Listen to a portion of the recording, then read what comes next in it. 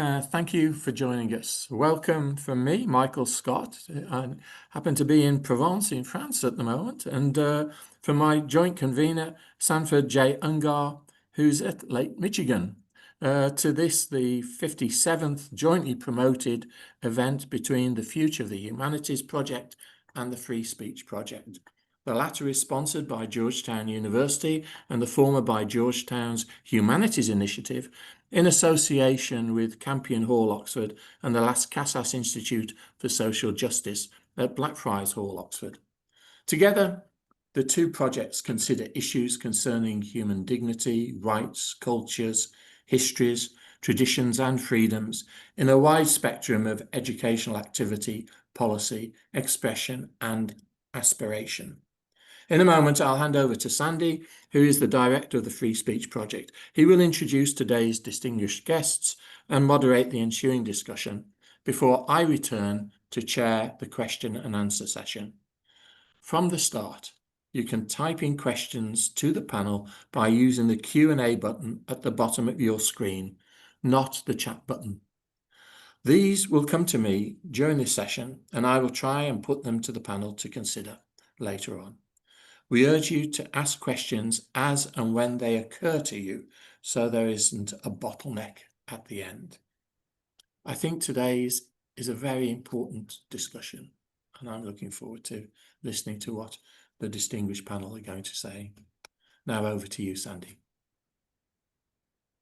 You're muted, Sandy. So sorry. Thanks very much, Mike. And thanks to our panelists for being with us and our audience, those who don't see the live telecast, or I guess this is not a telecast, but a special online form of such. It will be available on video on YouTube and many other websites after within a day or two of our discussion. We have a very interesting panel today, and Lonsdale from Cambridge University, who has quite a lot of experience in Central Europe and startup universities there, now at Cambridge University. Elena Lynn is with us today from Durham, New Hampshire, home of the University of New Hampshire, where she studies particularly peacemaking, human rights, and development, and teaches at the University of New Hampshire, interested especially in the United Nations.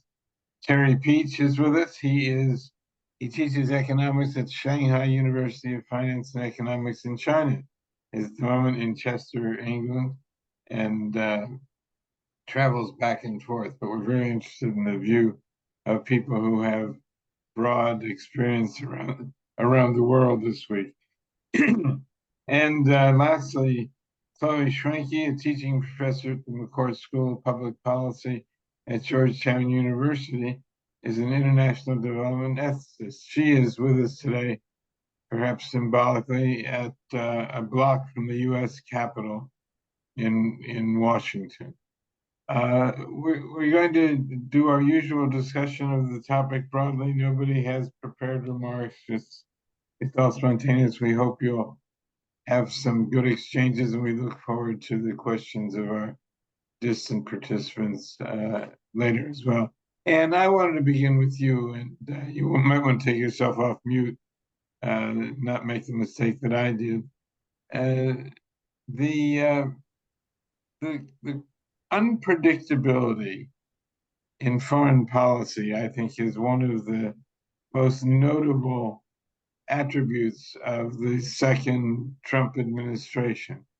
And given some of the parts of the world where you have worked, I mean, there was a scene the other day, I believe it was in a cabinet meeting, where the president seemed not to be aware that he had cut off weapons to Ukraine, and was talking as if someone else had done this, and he would have to look into it and rescind it. And so, of course, Mr. Putin had taken advantage of this pause in the shipment of weapons to attack Ukraine, and President Trump was shocked by this. So I wonder if this episode uh, for you offers some lessons or some observations about the image and the role of the United States in the world today. Well, it's a very good example of the problems that chaos causes in any kind of international affairs, because if you can't predict, even to the slightest degree, whether something will happen or not, you really can't get on very easily together. A family can't, a region can't, a country can't, an international order can't manage if they don't actually know what's happening. And I think the problem of trust is also the enormous problem that we face at every level, certainly at local and upwards in government in Britain. Trust of any kind of ruling party, ruling group is difficult. So I think there's problem here, both of the unintended and the intended consequences. And most of them at the moment, like that example, are unintended consequences. It's not clear to me at all that Trump had any idea what would happen when he blocked a lot of USAID programs. And he probably, faced with starving babies in various countries, might have felt that was perhaps a pity. But he doesn't know what things do in America and how they work, or so it seems to us in Britain. And this leaves him ready to make the most hideous mistakes and for other people to make the best of them by following them up in their own interests as well. So trust and predictability, those are the things we need, and that's what we're lacking. Leonard Lyon, I wonder if you have some thoughts about how this all reflects domestically. There's always some question about how much Americans are paying attention to this vast country, how much people are paying attention to what's happening in the world. But New Hampshire is a kind of bellwether state and a place that is important in the shaping of public opinion, I think, in America. And how do you see it reflecting right there at the heart of New Hampshire? Well, I think, like Ann pointed out, not everyone understands within the United States U.S. foreign policy or U.S. domestic policy. And so the public opinion polls, at least that I've been looking at, they're a little bit all over the place. But for the most part, I mean, Trump is underwater in terms of support for policies. And I think the bill that just went through Congress is going to change that a little bit when people kind of several of the funding cuts are going to be quite unpopular. But to go back to Ann's point, I think at both domestically and the global piece, your question really is about both trust and about policymaking, right? And so there's a broad question here about the US process in terms of being, for a long time when I teach this, we talk about Pax Americana, that the US was a stabilizing force since World War II, 1945 forward in the international system, right? There is no world government, and countries are insecure. They're worried, they're nervous, and that's kind of what countries are. They, it's at their foundation, especially according to realism, countries are naturally nervous. And, I think about Sam Huntington's piece, The Lonely Superpower, which was published like 2 decades ago, where he basically laid out the United States could be a benign hegemon, a country that would help, benign meaning not threatening, and help bring stability at the international level and tamp down threats of global violence. Or it could be a rogue superpower, in which it would be threatening to other countries who would then potentially align against them or, try to defend themselves, arm themselves. And so there's potential for escalation of violence. And it's funny, I think Huntington's perspective right now in terms of the trust and the role the US is playing globally fits that quite well. Is the US an instrument of tamping down international instability, or is it part of that particular process? And I don't want to take up too much time, but I'd like to go back at some point and talk about the foreign policy process, because President Trump's comment in the Oval Office or in that particular meeting, I think reveals a lot. So I'm going to pause right there, but I'd like to reserve some Okay, space to good. talk about foreign policy processes. Right. You can extend your remarks, as they say in Congress, in just a few moments.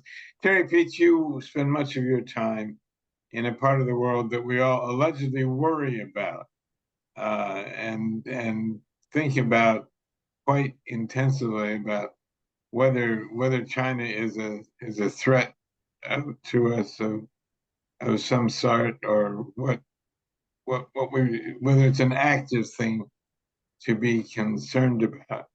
And I wonder how, coming back and forth to China, how you observe all of this, and whether you think it's going to make things unstable. I mean, one thing I just learned the other day, the Voice of America has been silenced, the government-funded largest international broadcast organization, and it's now been documented that China has filled in many of the hours of broadcasting around the world that Voice of America has been forced to abandon.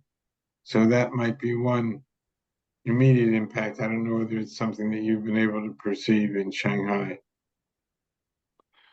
Okay, well, I think the first thing I would say is that the way things are, America is probably more of a threat to the world than China. Now, I sort of anticipated your question, and I should say I'm here to give my own views and opinions, not those of the Chinese government or the Chinese people. I mean, one anecdote, I happened to be in China on what I believe you call Liberation Day, which perhaps following Adam Smith might have been better described as Absurdity Day, or perhaps Sophistry Day. And I watched your president's performance live, and I witnessed and heard the response of the people that I worked with. And I think I would describe that response as one of contempt, cold contempt. And of course, this was made worse the following day when your vice president described the Chinese people as peasants. I felt an insult that was badly misdirected. I think one consequence of what's going on, without getting into the reasons, why all this is happening, is that paradoxically it will strengthen China. Other countries will find that China is a far more dependable trading partner than the United States. So insofar as Donald Trump thinks that his policies are going to weaken China, I think they will have exactly the opposite effect. So I'll leave it at that for the moment. Thank you. Well, Chloe Schrenke, with that platter before you, as an international development specialist, what do you see as the impact of all of these developments, not just in foreign policy, but especially in the world of international development? Well, I mean, even before we get to the world of international development, which largely does not exist any longer in the United States, we need to go back to a couple of what I would argue are basic assumptions about what the United States is right now under Trump. And I would argue quite strenuously that we need to change the lenses by which we look at the United States. We're not in the regular political science world of evaluation of nation states and their goals. We're dealing with a showman. We're dealing with a showman playing to his base. We're dealing with somebody from the very beginning who has made his focus clear that it's on America first. He uses that all the time.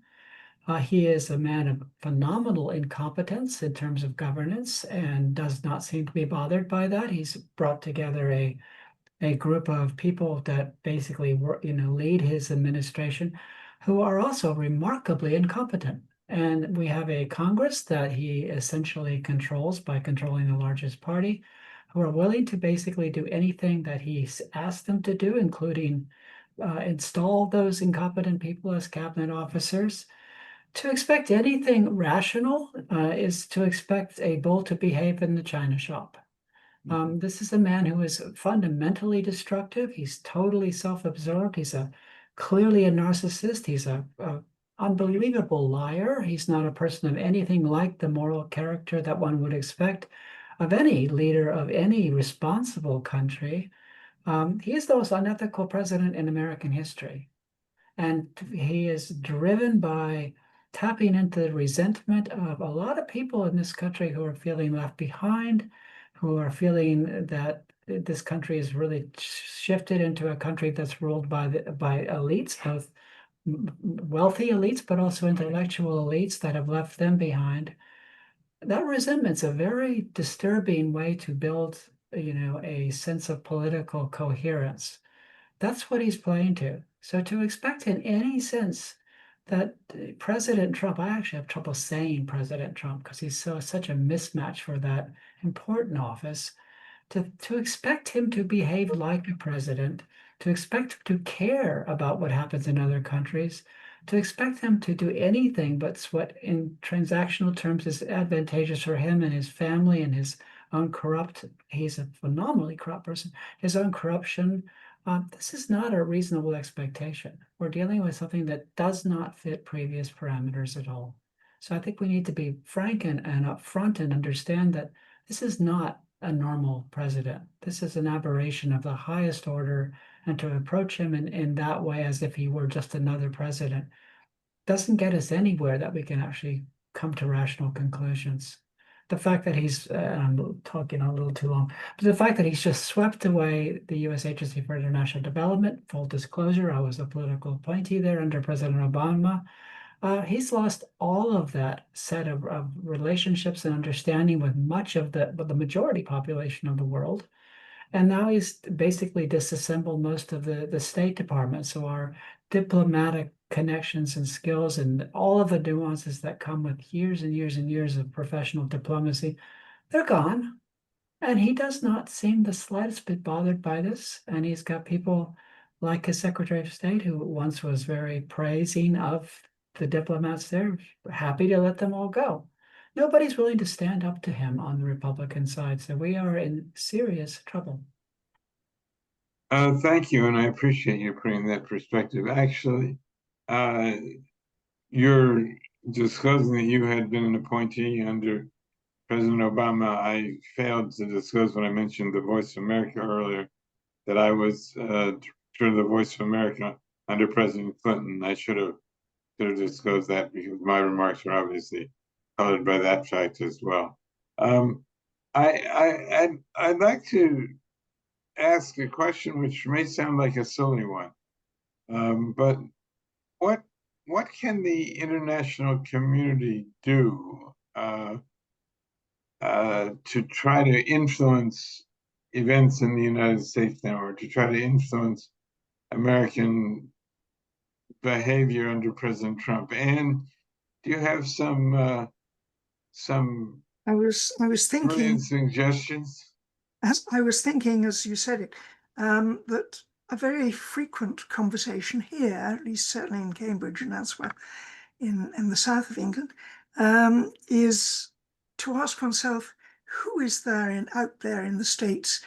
Who are the groups now talking to each other? I mean, we assume, we pray, but there are very bright people doing a lot of talking together about how to deal with this situation, because obviously we can say things from the outside which will have no effect whatever on the sort of MAGA audiences on Trump's side. I mean, the external world probably doesn't mean anything to those and isn't relevant. But surely there must be people getting together.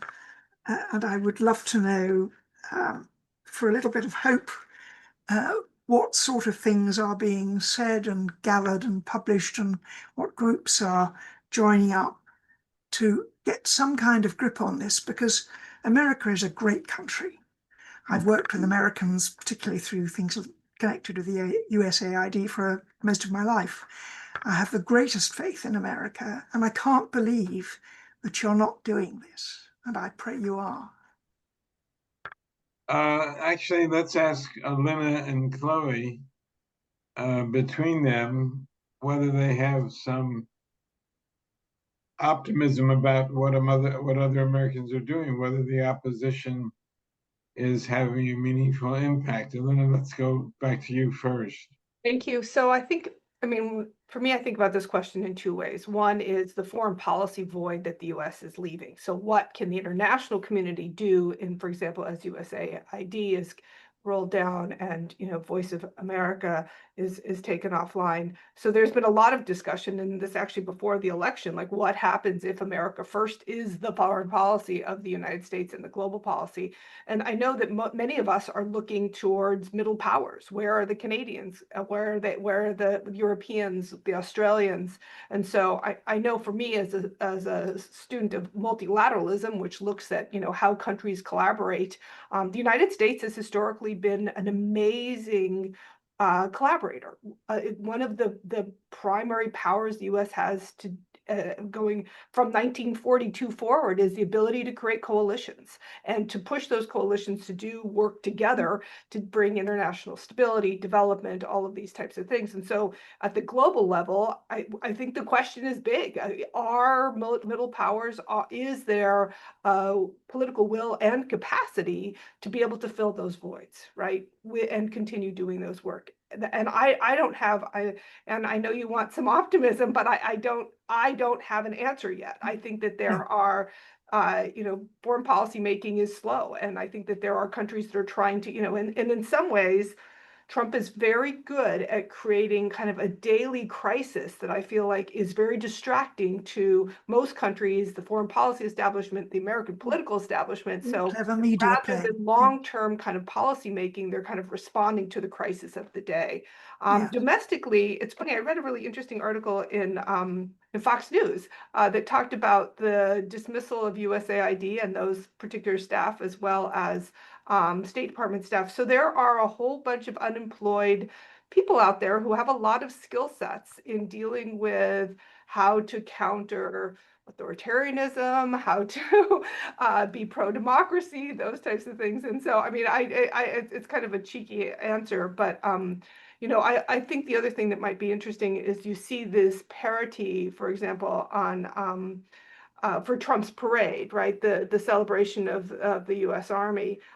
There is there's kind of this public dialogue going on with protest activity and with presidential kind of performances. And so that particular day, you saw enormous amount of protest activity throughout the United States. And I know that tomorrow there's another protest being organized, and so there are these activities going on. Now, one of the things I think that Anne points out is that you don't see, I mean, the United States is known for checks and balances, right? The Constitution sets up these parameters that the president can't go forward, whether or not it's foreign policy and the bombing of Iran, without Congress, right? Or these different institutions. And so I think that because there is this trifecta and Trump is controlling, in many ways, we've never really seen a president control the Supreme Court, but he has, that capacity at this particular moment. And then Congress, of course. So I think one of the big questions is, are there institutional checks and balances? So whether or not there's public protest to policies, but institutional checks and balances. Again, we're 6 months in, and it does seem like there are places where you can point to, but not kind of the rigor of those institutional challenges that we That's right. This week week it's 6 months, which is 1/8.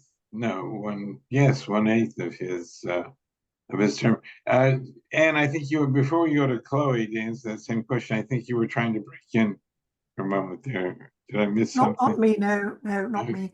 Hello. I've had my turn. Can I say something? Yes, of course. Yeah, I mean, I think you have to look at the bigger picture. I mean, America is on the cusp of transitioning from democratic capitalism to autocratic capitalism. I mean, this situation, you could say the dark stars have aligned, but this situation has taken something like 250 years to bring about. It has a long historical background. I mean, real wages in the United States began to stagnate actually in the 1970s. And this has become considerably worse in recent times, particularly the last 15 to 20 years. Conditions are ripe for the exploitation of those households by mendacious politicians. Enter Donald Trump, the self-styled champion of the people. He's fueled and exploited popular grievances. He places the blame on the system, on foreigners, on foreign countries, on universities, on the liberal elite, on minorities, and on previous presidents, himself excluded. He offers entirely bogus solutions to these problems, such as tariffs. The mob, as Plato said, will do anything he tells them. What is his ambition? And here again, I go back to Plato. To overthrow all opposition, to grasp the reins of the state, and to stand no longer champion, but the complete tyrant. And this is a work in progress. There is nothing the rest of the world can do. There is nothing academics and elites within America can do to stop this. I mean, we watch in horror, and as to the question, can America be trusted? We don't know what America will become. And while that situation remains, no, it cannot be trusted. Thank you. Yeah, thanks, Terry. Chloe, there you have it. I think one of the interesting things is that I would personally say is that many of us vacillate from day to day about how much attention we must pay. It's exhausting to focus on every single daily development, and I think it makes some people not be indifferent, but so frustrated that they tune out. Chloe.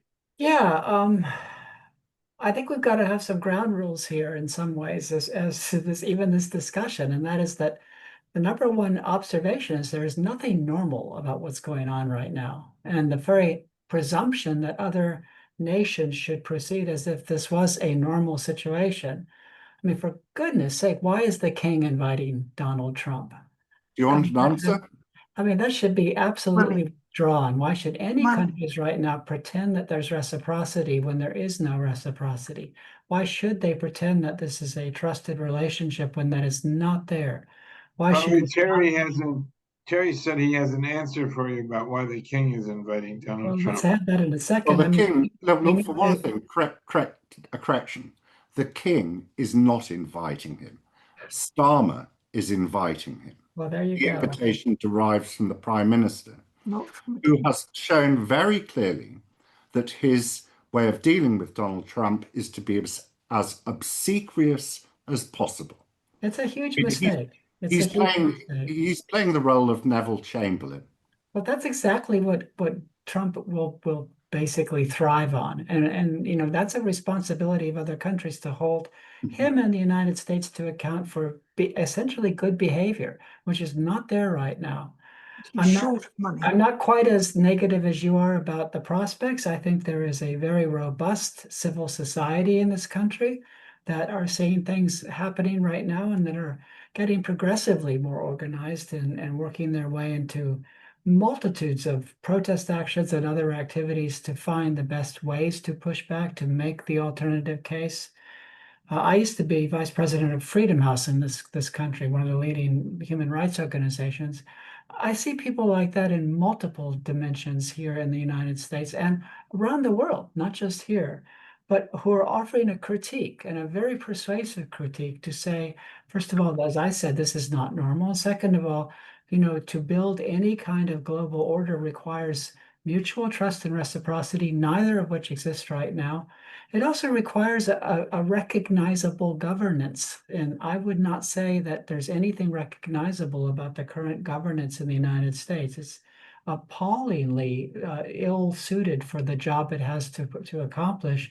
And because of that, I think it's falling flat on its face in multiple ways, which will also undercut the glorious pathway forward for this president. I think we're looking at many, wheels in motion right now. But within all of that, there is room for pushback. And I have a lot of faith in looking at civil society in particular to make that pushback happen, both here and abroad. But I think people need to be more forthright. They need to call it out and say, this is, we can't deal with the United States under these terms.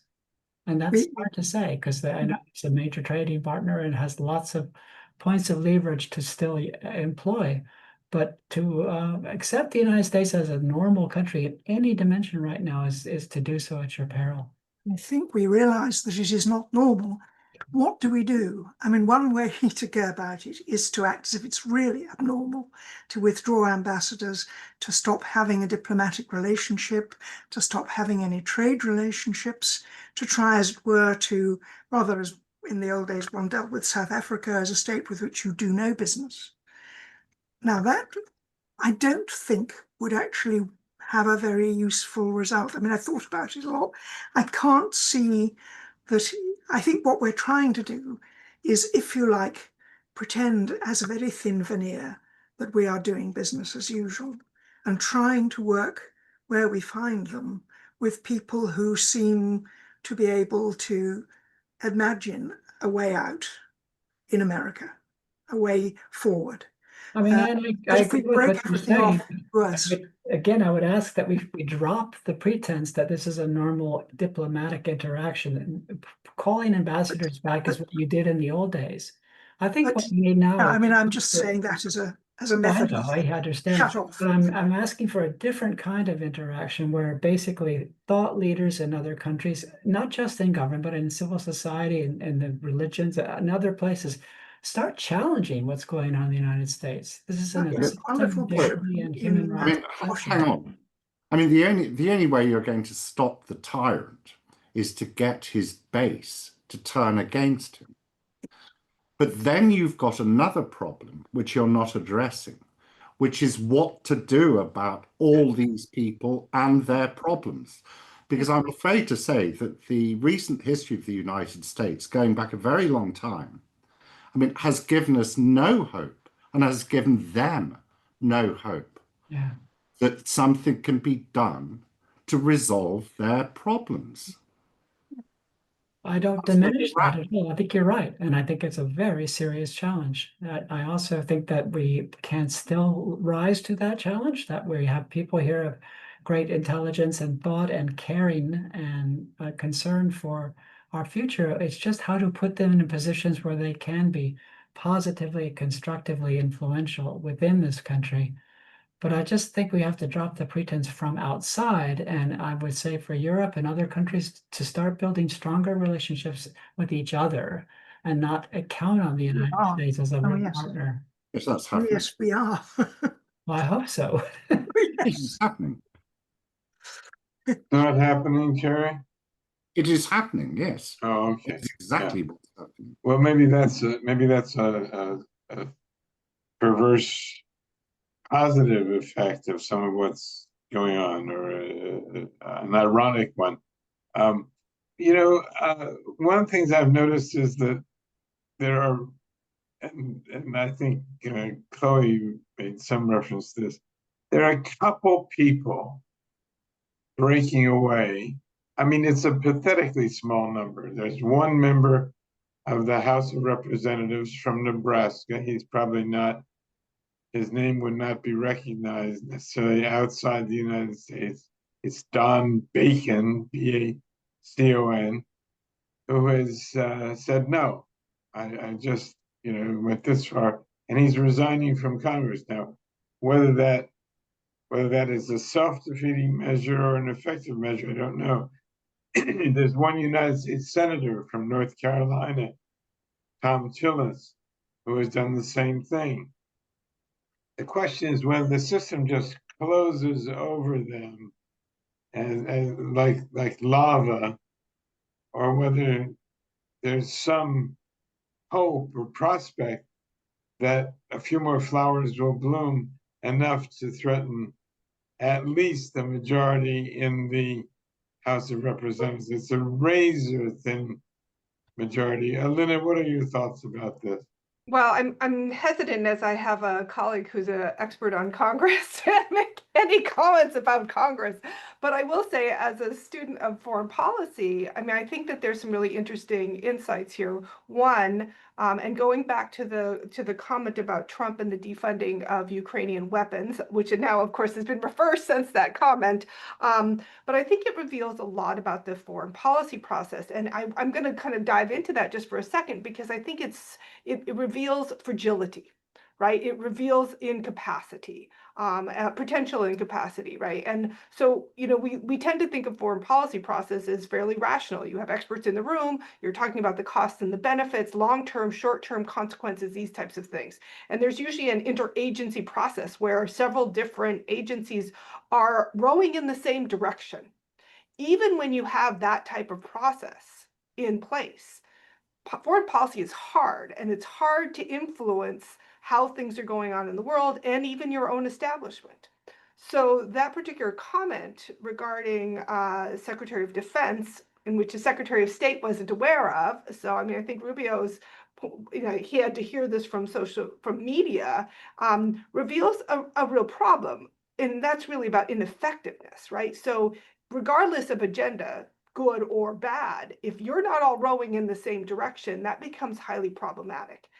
In addition, so many of the tools and resources that the United States has, whether or not it's USAID is beyond just having this kind of humanitarian outreach. USAID, and Chloe, I'd love to have your view on this, also was ears and eyes on the ground throughout the world and creating credibility and goodwill towards the United States. That's lost. It's very challenging to rebuild that, right? I mean, when I think about trust and goodwill, is it a glass of beans or is it a glass of water? Like if you spill it, the water can't get back in the glass. If it's a glass of beans, you have to individually slowly bring that back. And so in addition, with State Department cuts, and I mean, the list is quite long, capacity, whether or not it's soft power or hard power or all of these, and the influence, and I think about sticky power, economic power, and this will go to Terry's area of expertise. The United States is shooting itself in the foot in many of these realms, and I don't see how to rebuild that in the short term. And that will undermine, ironically, I think that if you've taken off your resources, you cut off your arm to spite your face, and you cut off your shooting yourself in the foot, the ability to do the work, which is really challenging in this particular global environment, is really compromised. And so again, to finish, it's fragile, right? In some way, it's hollow. And so I this kind of administration that doesn't have this capacity. I mean, real quickly, just in the dual roles that President Trump has so many of his staff playing, right? It's hard to see someone being national security advisor like Marco Rubio, also Secretary of State. Those are very big jobs. The last person who tried that was Richard Nixon with Henry Kissinger. And Henry Kissinger enjoyed being both for a while. He was, of course, a very different personality from Marco Rubio. Not submissive to anyone. Rubio is no Henry Kissinger. So can I just go back to, I think it was what was a slight misstatement about Trump's policy towards Ukraine. Trump has not reverted to previous US policy towards Ukraine. I watched that particular episode in the Trump saga, and he said very proudly, we're not giving anything to Ukraine. We're selling weapons at full price to Europe. Right. Europe can give their weapons to Ukraine. This is not the same policy, for instance, that existed under Biden. And I think there's been an overreaction, actually, people saying, oh, great, he's changed his position. I would just add to that, I only wish he changed his position on Palestine. because I think that is an utter disgrace. If he wanted, he could get Netanyahu to stop the slaughter. He doesn't want it. He wants to create a wasteland that he can then develop. Well, that seems highly improbable that he and his son-in-law will be able to develop a resort in Gaza, but I hear what you're saying. We're going to go in just a moment to questions that may have come in that Mike will curate and ask on behalf of the audience. But before we do that, and by the way, for the audience, if you have a question, now is a good time and an opportune moment to type it into the Q&A button. Excuse me, the Q&A button at the bottom of your screen. And to come back to you, is there a sort of central wisdom that we can reach for? The world has been through some terrible crises before. The United States had the last time that the Supreme Court behaved in the way it is right now was when Franklin Roosevelt was president, and the New Deal. He tried to bring in the New Deal, and the court kept resisting. And there was one member of the court who actually switched at the time. People said a switch in time saves 9, meaning that the court wouldn't be expanded because it had found a way of adjusting. What do you all hope for? Just briefly before we go to Mike, what is the most reasonable thing to hope for at the moment? Yeah, I think what is going on certainly in this country is, Starmer, partly because he hasn't any money, partly doing what he can in the belief that something can be saved from the wreck. I mean, that some kind of communication has to be kept going between America, Europe, the West, whatever, and that to write it off is going to be dangerous because you're going to have a complete collapse and then a rebuild from nothing, which is very, very hard to do and, of course, very, very slow and very expensive.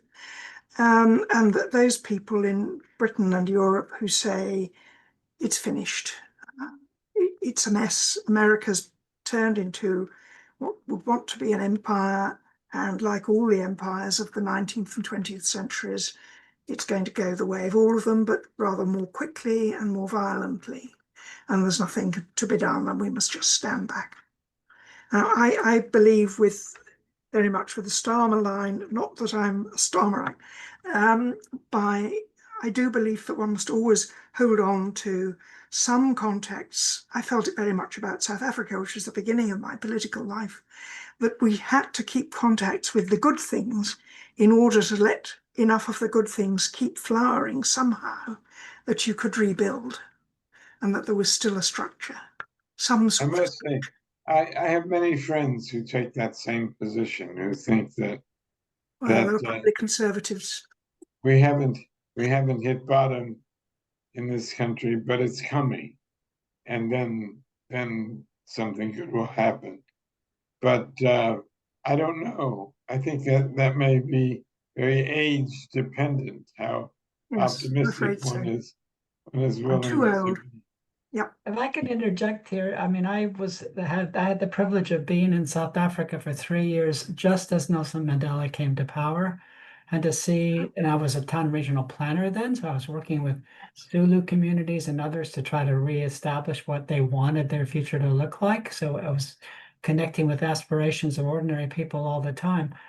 But a leader like Nelson Mandela and of course other people like Desmond Tutu and others made amazing things possible. And I mean, not that South Africa solved or is perfectly done, but it's so much better than anybody gave it credit for ever possibly becoming. And my experience there have shaped my entire life in terms of how we, again, go back and connect with civil society, how we connect with people where they are, how we have a leader that can speak that language.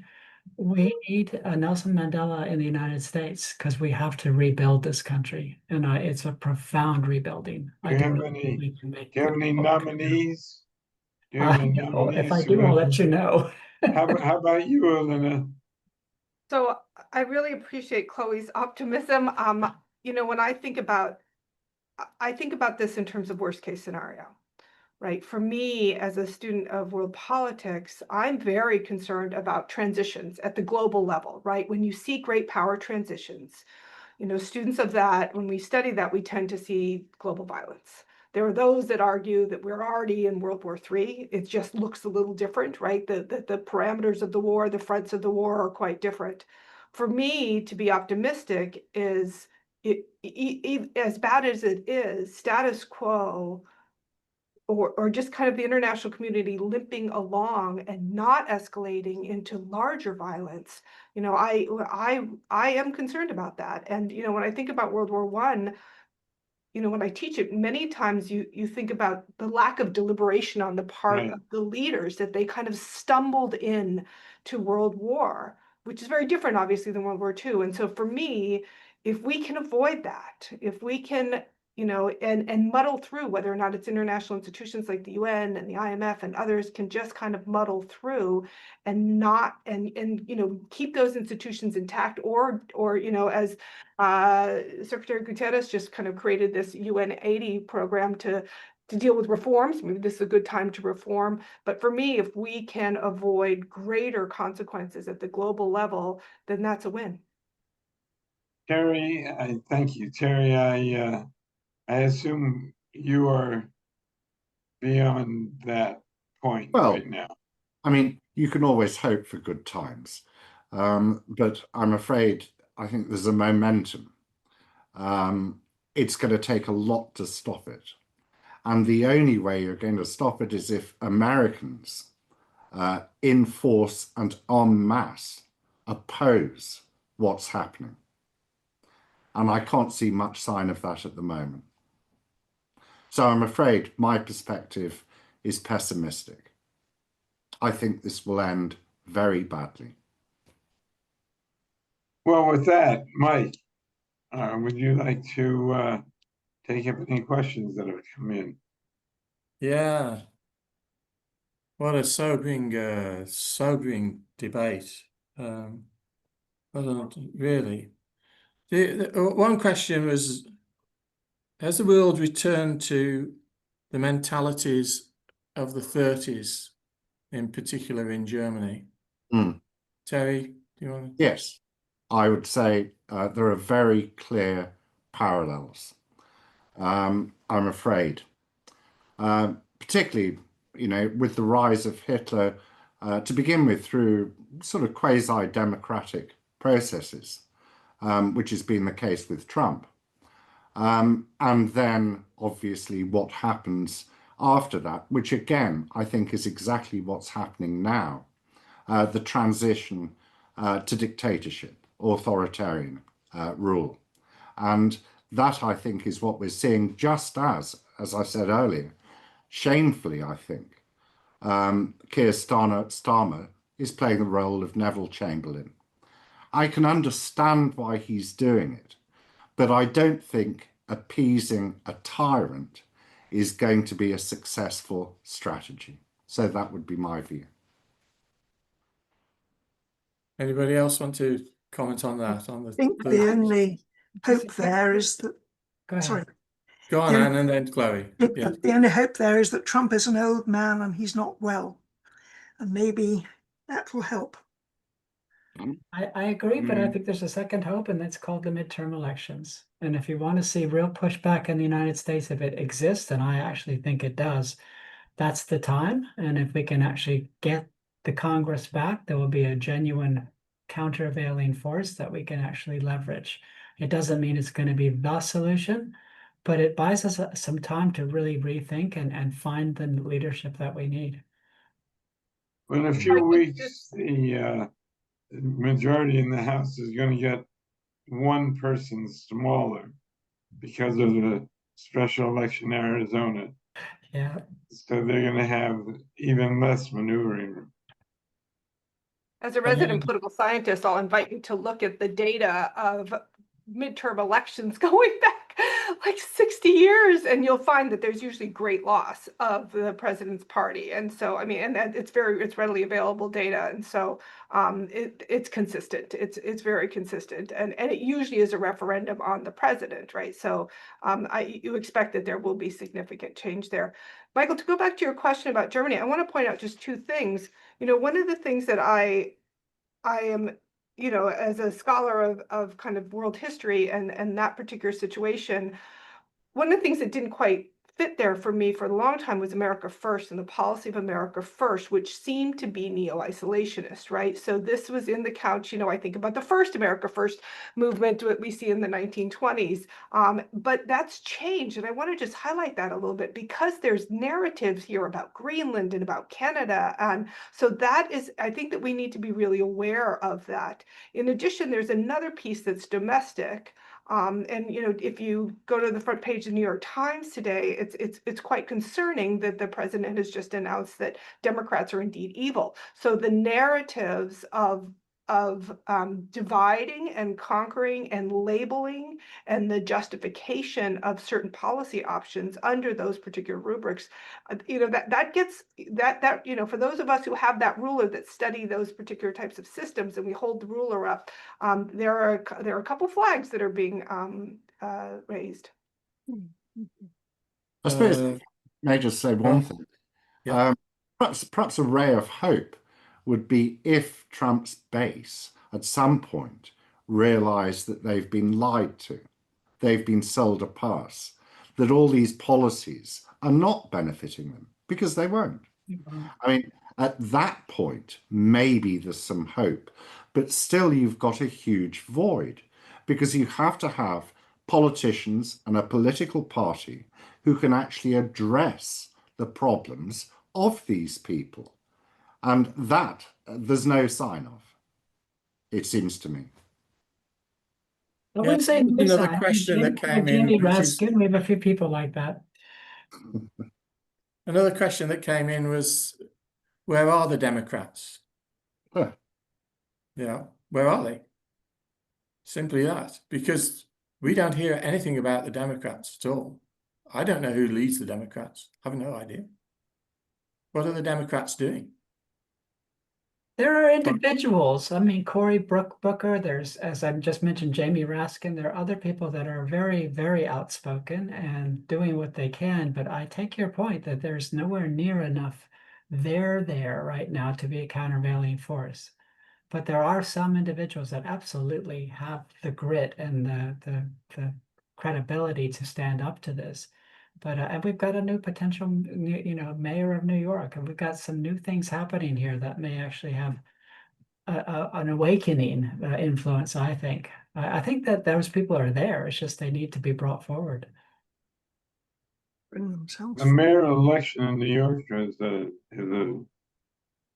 an emblem of the fractionized state of the Democrats. But a fresh new voice, and a voice that's really connecting with people where they're at, which is just a really good model for the Democratic Party. Sorry, as an outsider, one person you haven't mentioned is Bernie Sanders, who personally I have a lot of respect for. Yeah. Have you just discounted him? He's too old. I mean, he's a wonderful person. I have enormous respect for him, and he's been saying something consistently, and he's been a character, but in the best sense of that word. He's got virtues that are apparent, and they've been there for years. He's just not going to be a formidable player moving forward simply because of his age. But you're right. He's somebody to build from. Well, and if I can add just a piece, that I think that the support for the Democrats right now is quite low. If you look at the public opinion data again, People are very disappointed in the Democrats. They're very angry with the Biden administration and, you know, the decisions that were made about the election from the Biden administration. Here in New Hampshire, for instance, Biden decided to forego the New Hampshire primary. So this is, you know, this was this is like seeped in New Hampshire tradition, and accusations that you know, that Trump has, you know, put his thumb on the scale to benefit himself apply to Biden there, right? So Biden chose to skip New Hampshire primary, which was, you know, decades as kind of the tradition. So there's a lot of anger at the Democrats, at least kind of the Democrats that were around 6 months ago, you know, or the, you know, and there's not a lot of vision as to what to do. At least we're not hearing, you know, kind of public statements as to what Democrats believe in or what Democrats should support or those types of things. And so, and one of the things that's interesting to me, again, I'm a political scientist, and I don't think that this will go too far, but you know, Musk has created his own political party, and there are political scientists who are thinking, this may be this, you know, there potentially is movement for, you know, a realignment. It's not my field, but I think it's an interesting conversation. I mean, if I can say, I don't think these problems are entirely confined to America. I mean, if you look at what's happening in Germany at the moment, if you look at what's happening in the UK with the rise of the so-called Reform Party, and it all comes down to the same thing, that international capitalism has failed to deliver.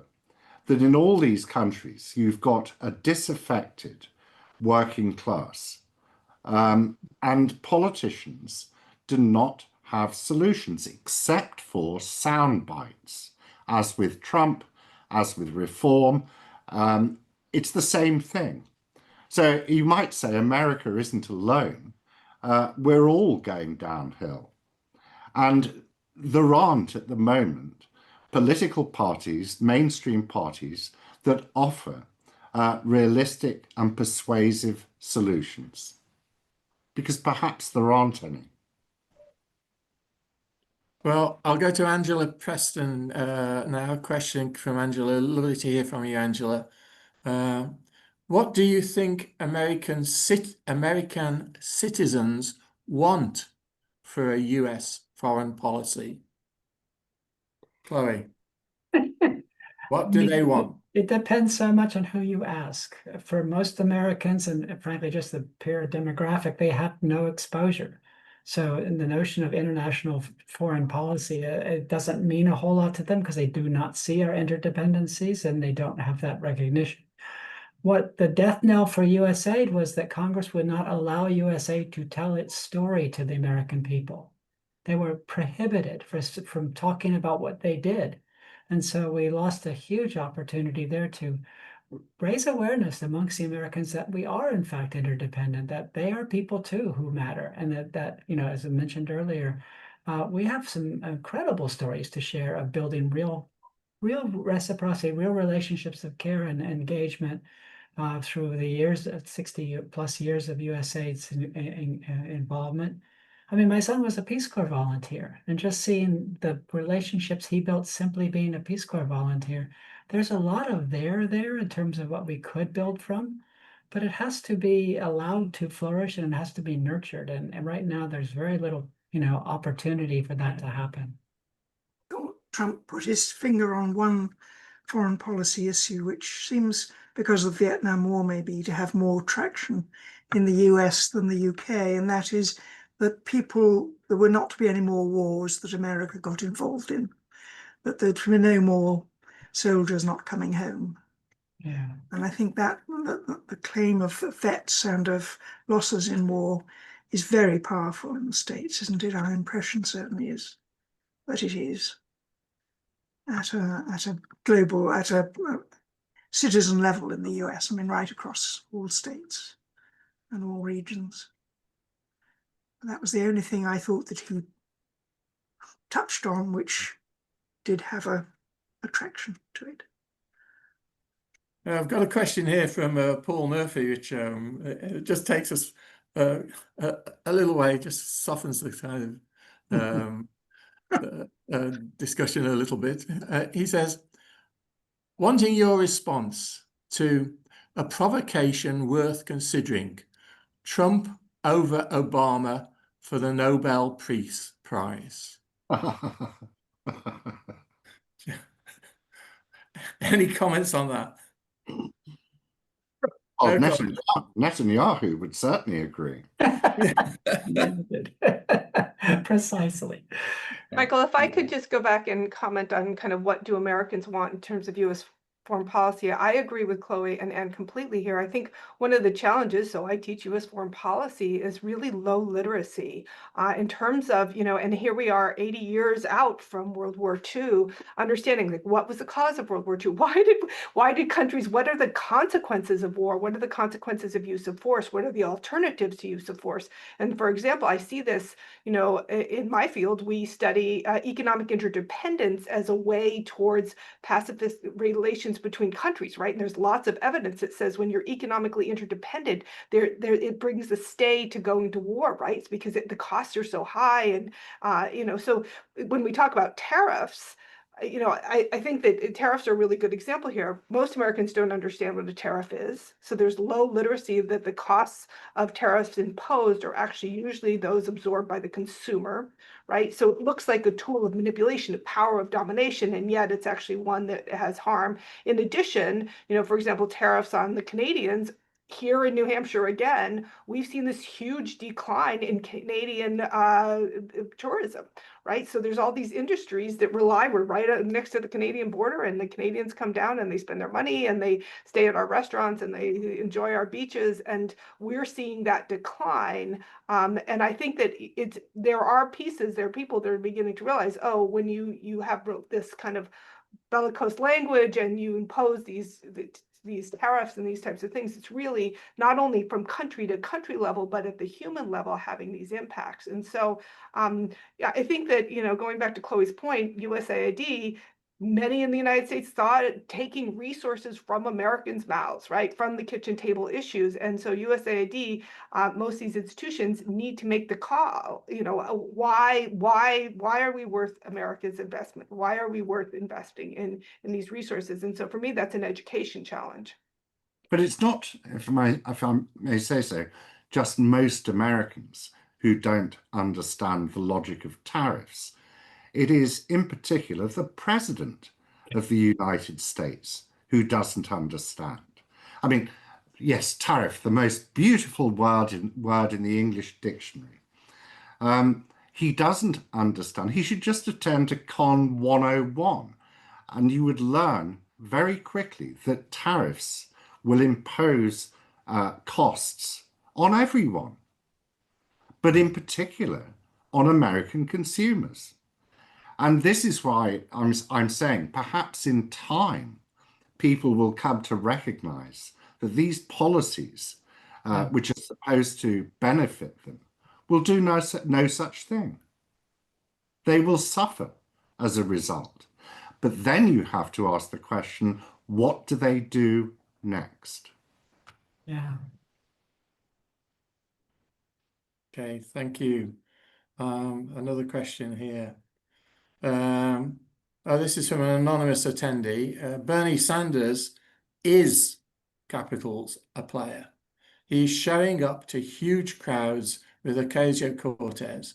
Democratic establishment dismissal of Bernie Sanders created a lot of damage to the party and continues to do so. Most establishment politicians in DC are old. What matters is whether they are working on behalf of citizens or not. If the Democrats had not dismissed Bernie, we would never have had Trump. There's some truth to that, I would think. I mean,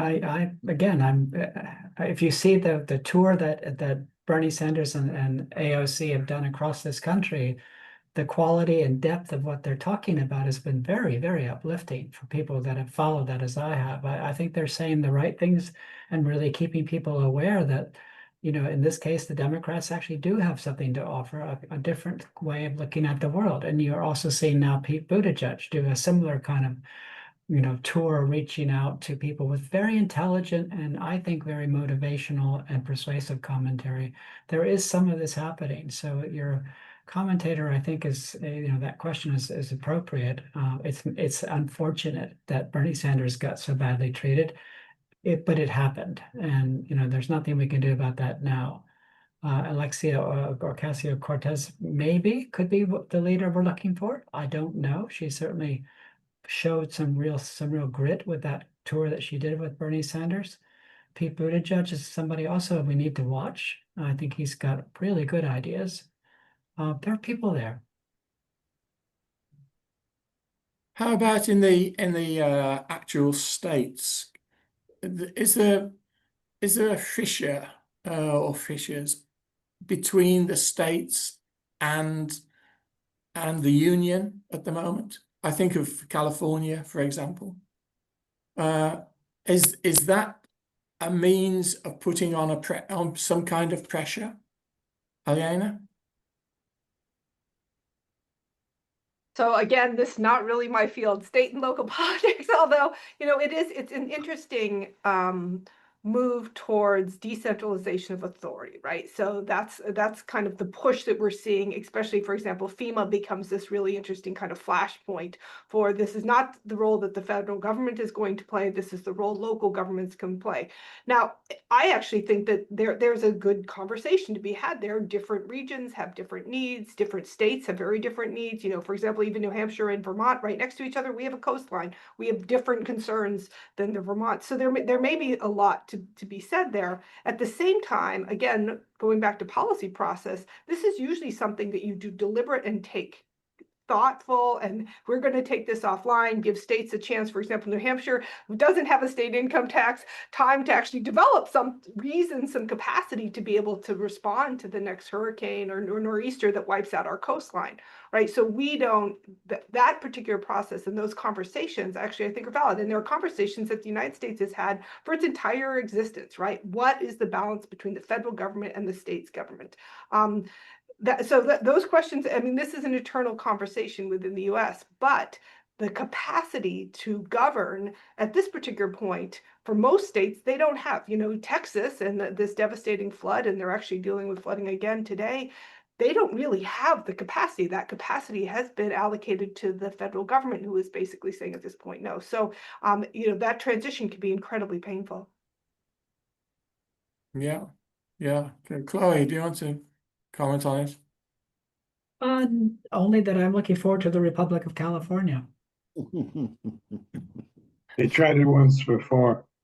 They may try it again. I thought they might become a state of Canada, but never mind. Not so bad either, actually. An anonymous attendee, and this will be the last one, I think. People who are obsequious often get what they want from Trump. Are there other ways to temper Trump's obstreperous behavior? Are there any other ways? I'll just in briefly on that. I mean, Okay. Trump is a bully. Mm-hmm.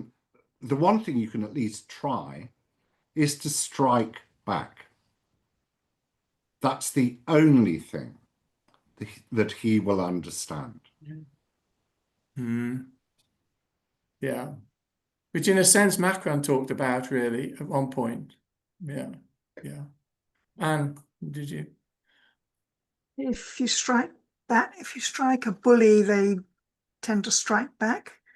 I've not ever had very good success with bullies by hitting them, and I've been quite ready to hit bullies in my youth, considerable youth, I mean. But I don't think that being tough, I mean, he's got too many ways to slide off it and to degrade the attempt to strike at him, to simply discount it or take power over it in some way. I think about it, but I can't quite see it working. Yeah. Most, if you look at literature, look at Shakespeare, of course, but look at the parts of literature, look at facts as well. Look at Margaret Thatcher. If people thought she was a tyrant, but most are undermined not by the opposition. They're undermined by somebody within their own sphere, own party.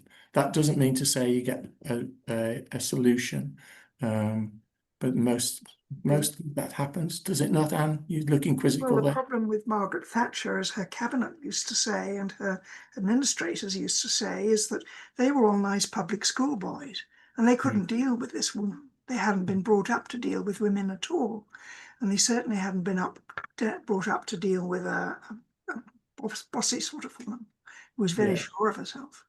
And they would say, "We don't know what to say to the woman." Yeah. But in the end, it was Leon Britton, wasn't it, who actually, that speech in the House of Commons that did for Yes. her. Yeah. In the end, and of course In the he end. was, yes, Yeah. he was a favoured person for quite a long time.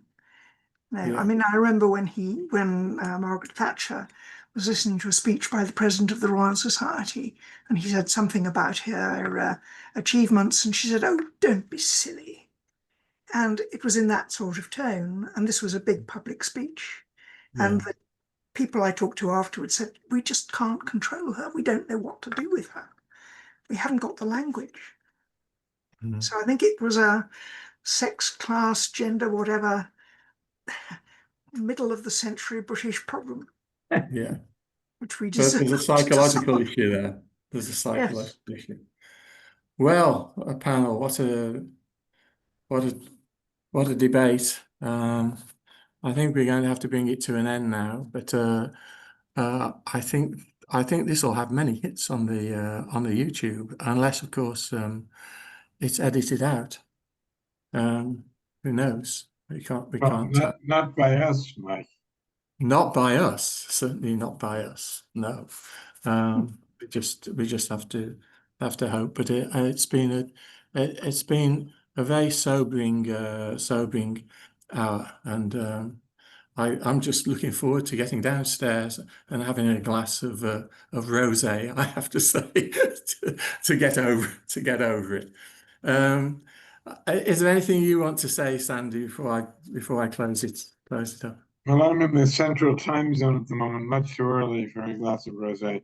But I want to thank everybody. The object of journalism and the humanities is not always to make everyone feel hopeful and optimistic. And I think we have an opportunity, having done as many of these programs as we have, to point out some of the real problems facing the world. And this is not a new one, but it has a new shape and a new representative. So I'm quite proud of the conversation we just had, as troubling as it might be. And I want to thank all the usual suspects, people at Georgetown University who have supported us beginning early in the pandemic in doing this program. John McCabe, my associate director of the Free Speech Project, who has come up with formulas that get us through these every month without too much stress. And actually, it's a very exciting process. And thanks to all our panelists today, you've served us well. We'll be back next month with another about an aspect of the British system that puzzles us sometimes. Yes, we certainly will. And my thanks also to Terry, Anne, Alina, and Chloe. A terrific panel today. Thank you very much. It's a fascinating discussion. The next free speech project at the Crossroads International Dialogues event, in association with the Future of the Humanities Project, will be on Wednesday, August the 20th, 4 p.m. UK time, 11 a.m. EST, and we will be discussing, if the UK is a democracy, why does it have a monarchy? So that's what we'll be discussing on August the 20th. I hope you'll join us for that.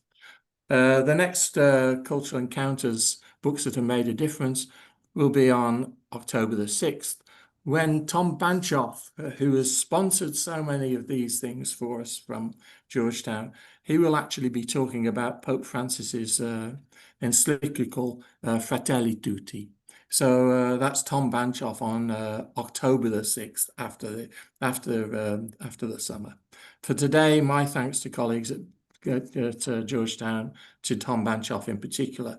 My thanks also to colleagues at Blackfriars, Dominic White, the prior, John O'Connor, OP, and our new director of the Las Casas Institute, Hugo Slim, who's joined us from a history of work with the Red Cross around the world. So we're delighted that Hugo is with us now.